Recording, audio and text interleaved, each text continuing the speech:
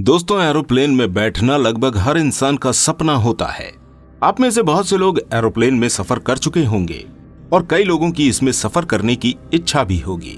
जमीन से हजारों मीटर की ऊंचाई पर उड़ते हुए हवाई जहाजों में बैठकर जमीन के खूबसूरत नजारे देखना और आसमान में पंछियों की तरह उड़ने की चाहत लगभग हर इंसान के दिल में बसी होती है।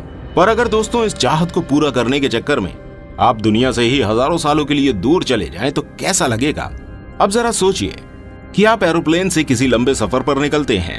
घर पर आपका परिवार आपका इंतजार कर रहा है या आपको कोई जरूरी मीटिंग अटेंड करनी है और आपने अपने प्लेन से सही सलामत टेक ऑफ भी कर लिया है।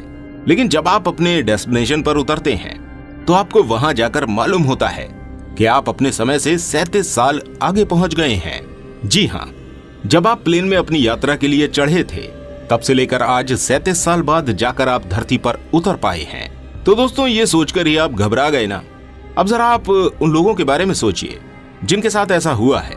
जी हाँ, आज हम आपको एक ऐसे एरोप्लेन के बारे में बताने जा रहे हैं जो अपने टेक ऑफ के पूरे 37 साल बाद एयरपोर्ट पर लैंडिंग कर पाया था। ये घटना 1955 में न्यूयॉर्क में घटित हुई थी, जहां से एक एरोप्लेन द्वारा भरी गई उड़ान के बाद वो एरोप्लेन रहस्यमय तरीके से एयर कंट्रोल की नजर से गायब हो गया, जिसको ढूंढने के बाद भी कोई सुराग नहीं मिला। और फिर पूरे 37 साल बाद वही प्लेन फिर उसी रहस्य के साथ वापस किसी एयरपोर्ट पर लैंड करता है। दोस्तों, ये घटना है 2 जुलाई 1955 की, जब दुनिया के सभी काम रोजाना की तरह हो रहे थे। उसी तरह न्यूयॉर्क की एक फ्लाइट पैन अमेरिका 914 अपने समय अनुसार न्यूयॉर्क सिटी से मियामी और फ्लोरिडा के लिए टेक ऑफ करने को तैयार थी, जिसमें कुल 57 पैसेंजर और 5 क्रू मेंबर यात्रा के लिए बैठे थे। इस फ्लाइट के द्वारा उन्हें न्यूयॉर्क से उड़कर मियामी तक पहुंचना था, लेकिन वो इस बात से अनजान थे कि जो उनके साथ होने वाला है ऐसा अब तक किसी के साथ नहीं हुआ था। ये प्लेन अपने निर्धारित समय के अनुसार न्यूयॉर्क एयरपोर्ट से टेक ऑफ करता है। लगभग 3 घंटे तक एक सुरक्षित यात्रा के बाद अचानक ही इस प्लेन का कंट्रोल रूम से कनेक्शन खत्म हो गया। यहाँ तक कि मियामी के एयरपोर्ट पर कंट्रोल टावर के रडार भी इसे सर्च नहीं कर पा रहे थे। ट्रैफिक कंट्रोल द्वारा एयरपोर्ट कंट्रोलिंग टावर पर संपर्क किया गया और उन्हें इस बात की सूचना भी दी गई कि वहां से टेक ऑफ किया गया विमान अब डिटेक्ट नहीं हो पा रहा है। ये सुनकर न्यूयॉर्क एयर कंट्रोलर रूम पर स्थित लोग घबरा गए, क्योंकि उनकी रडार से भी पैन अमेरिका फ्लाइट 914 पूरी तरह से गायब हो चुकी थी। वो भी पायलट से लगातार संपर्क करने की कोशिशों में लगे थे, लेकिन पूरी तरह असफल हो रहे थे। दोनों ओर से किसी को भी उस प्लेन की लोकेशन के बारे में जानकारी नहीं मिल पा रही थी। एयर ट्रैफिक कंट्रोल के लिए ये गंभीर बात थी कि एक पैसेंजर विमान जो अपने साथ 57 पैसेंजर को लेकर सही सलामत टेक ऑफ करता है और अब उनके नेटवर्क कवरेज एरिया से बाहर हो चुका था। पैसेंजर की जानों को लेकर चिंतित कंट्रोलर के द्वारा इन्वेस्टिगेशन टीम को प्लेन ढूंढने का आदेश दिया गया। सभी के द्वारा यही अंदाजा लगाया जा रहा था कि ये प्लेन न्यूयॉर्क से मियामी के बीच कहीं दुर्घटना का शिकार हुआ है, जिस कारण इसका एयर कंट्रोलर से संपर्क टूट चुका होगा। अब रेस्क्यू टीम और इन्वेस्टिगेशन टीम द्वारा लैंड एरिया के साथ साथ पानी में भी प्लेन को ढूंढने का प्रयास किया गया, लेकिन उन्हें उस प्लेन से रिलेटेड कोई भी सुराग नहीं मिला और न ही उस प्लेन का कोई मलबा भी इन्वेस्टिगेशन टीम को दिखाई दिया, जिससे उस प्लेन के किसी दुर्घटना में क्रैश होने के सबूत मिल जाते। अब ये बात इन सभी को बेहद हैरत में डाले हुए थी कि आखिर इतना बड़ा प्लेन जिसका मलबा भी प्राप्त नहीं हो पा रहा है, आखिर कहां चला गया। पानी में ढूंढने गए कोस्ट गार्ड द्वारा भी पानी के अंदर प्लेन से संबंधित कोई भी सामग्री या जानकारी नहीं पाई गई। अब इन्वेस्टिगेशन और रिसर्च टीम द्वारा अपना पूरा योगदान देने के बाद इस हादसे से खुद को अलग कर लिया गया, क्योंकि ये उनकी समझ से बाहर था कि विमान के साथ साथ उसमें सवार 57 पैसेंजर और 5 क्रू मेंबर सहित 61 लोग आखिर गए तो गए कहां। इस केस के सॉल्व होने की उम्मीद न देखकर औपचारिक रूप से ये घोषणा कर दी गई कि ये प्लेन क्रैश हो गया है, जिसमें सभी लोगों की जान चली गई है। हालांकि सच ये था कि इस प्लेन के क्रैश होने के कोई भी सबूत अब तक सर्चिंग टीम में किसी के हाथ नहीं आए थे। काफी मेहनत एवं खोज के बाद भी कोई क्लू न मिलने के कारण सभी लोगों ने अपने हाथ इस केस से खड़े कर लिए थे। लेकिन इस रहस्यमय तरीके से गायब हुए प्लेन को लेकर अफवाहों का दौर गर्म था। लोग इसके गायब होने को लेकर तरह तरह की बातें कर रहे थे। समय के साथ ये घटना किस्से कहानियों में बदलकर पीछे रह गई, लेकिन दोस्तों सारी दुनिया उस समय बेहद आश्चर्य में पड़ गई जब इस घटना के 37 साल बाद इस प्लेन के लौट आने की खबर दुनिया भर में फैल गई।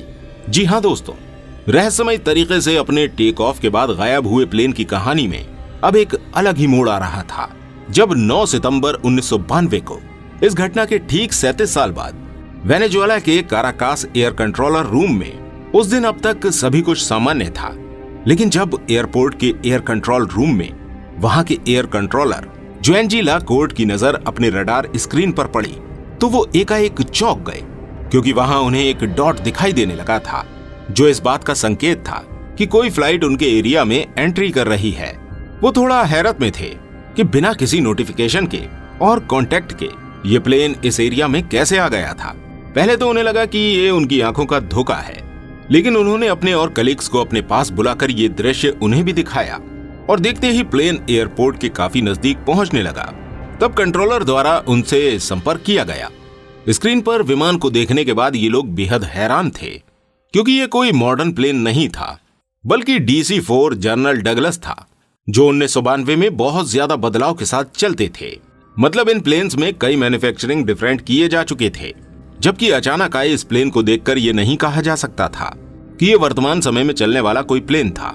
दोस्तों कहानी में रोचक मोड़ तब आया जब उस रहस्यमय एरोप्लेन के पायलट द्वारा एयर ट्रैफिक कंट्रोल रूम से संपर्क किया गया और इंग्लिश लैंग्वेज में पूछा गया कि हम कहां हैं।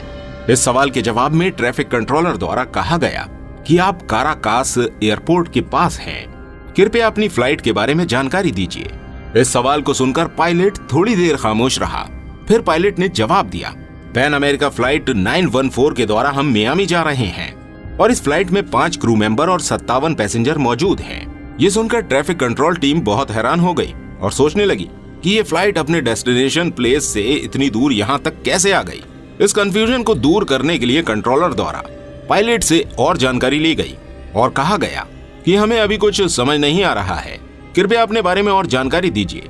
दोस्तों इस सवाल के जवाब में पायलट ने जो जवाब दिया उसे सुनकर पूरे कंट्रोल रूम में मौजूद लोगों के बीच एक गहरा सन्नाटा सा छा गया और सभी लोग एक दूसरे के चेहरे देख रहे थे जो आश्चर्य और हैरत से भरे थे।